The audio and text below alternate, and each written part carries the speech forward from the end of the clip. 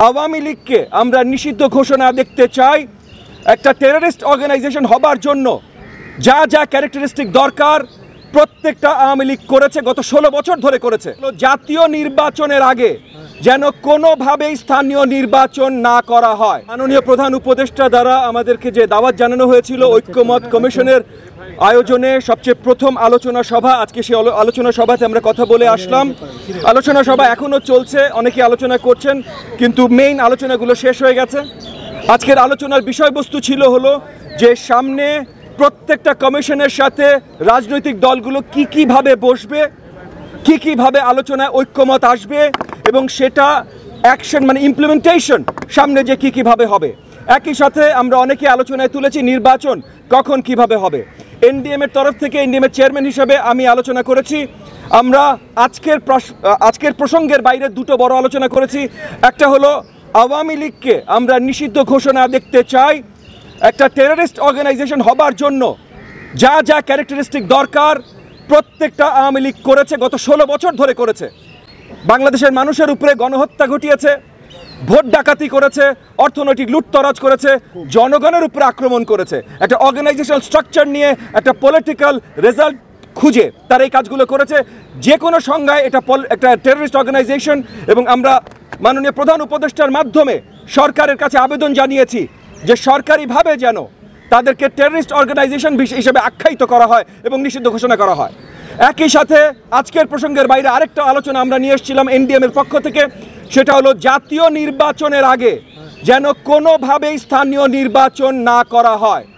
জাতীয় নির্বাচন ছাড়া স্থানীয় নির্বাচনের লিগ্যাল আপনার লেজিটিমেসি যেমন আনা যাবে না, একইভাবে স্থানীয় নির্বাচনে যতগুলো প্রতিকূলতার সৃষ্টি হতে পারে, মানে মাঠে বা প্রত্যেকটা জায়গায় জায়গায় যে ধরনের দাঙ্গা কোন্দল সৃষ্টি হতে পারে, আজকে যেমন অন্তর্বর্তীকালীন সরকারের অধীনে পুলিশ বাহিনী এটা দমন করার জায়গায় আসে নাই, তাহলে আগামীতেও খুব শীঘ্রই এটা আসা সম্ভব না। সো সবভাবে সঠিকভাবে একটা লোকাল নির্বাচন করতে হইলে তার আগে একটা জাতীয় নির্বাচন করতে হবে। আজকে প্রসঙ্গের বাইরে এই দুটো জিনিস বড় দাগে অন্তর্বর্তীকালীন সরকার এবং কমিশন প্রধানদের সাথে আমরা আলোচনা করেছি। আর আজকের প্রসঙ্গে যেটা আলোচনা করেছি সেটা হলো যে এই যে ঐক্যমত আনা, এই ঐক্যমত আনার জন্য আমরা সাজেশন দিয়েছি এই এই ঐক্যমত কমিশনকে যে প্রত্যেকটা কমিশন আলাদা করে যেন প্রত্যেকটা রাজনৈতিক দলের কাছে প্রতিনিধি রিকোয়েস্ট করেন এবং এই প্রতিনিধিদের সাথে তারা বসে প্রথমে ভোটাভুটি করেন কোন কোন রিফর্মগুলো কোন কোন রাজনৈতিক দল চায়, যেগুলোতে সবাই ঐক্যমত পোষণ করবে, সেটা নিয়ে আলাদা একটা চার্টার তৈরি করা যে এইটা মীমাংসিত ঐক্যমত, এর বাইরে কেউ যাবে না। এরপর যদি কোনো প্রয়োজনীয় রিফর্ম থাকে যেখানে ঐক্যমতে আমরা পৌঁছতে পারছি না, সেটা নিয়ে আলোচনা করবার জন্য নির্ধারিত একটা সময় রাখতে আমরা আবেদন জানিয়েছি। এই নির্ধারিত সময়ের ভেতরে যদি ঐক্যমত আমরা না আসতে পারি তাহলে সেই রিফর্মগুলো আগামী নির্বাচনের পর পার্লামেন্টের হাতেই দেয়া হবে। দ্বিতীয় যে আলোচনা আমরা এনেছি যে ঐক্যমতে আমরা যেটাতে আসবো, যে রিফর্মে সেগুলো আমরা কিভাবে বাস্তবায়ন করব, সেই বাস্তবায়নের জন্য অন্তর্বর্তীকালীন সরকার কতখানি কাজ করবে এবং রাজনৈতিক দলগুলোকে নিয়ে কিভাবে প্রমিসবদ্ধ চুক্তিবদ্ধ করতে পারে যার মাধ্যমে যেই সরকার আসুক না কেন আগামীতে, কারণ এটুকু পরিষ্কার ভাই যে নির্বাচিত সরকারের বাইরে অন্য কেউ ইনঅ্যাক্ট করতে পারবে না কোনো বড় ধরনের রিফর্ম।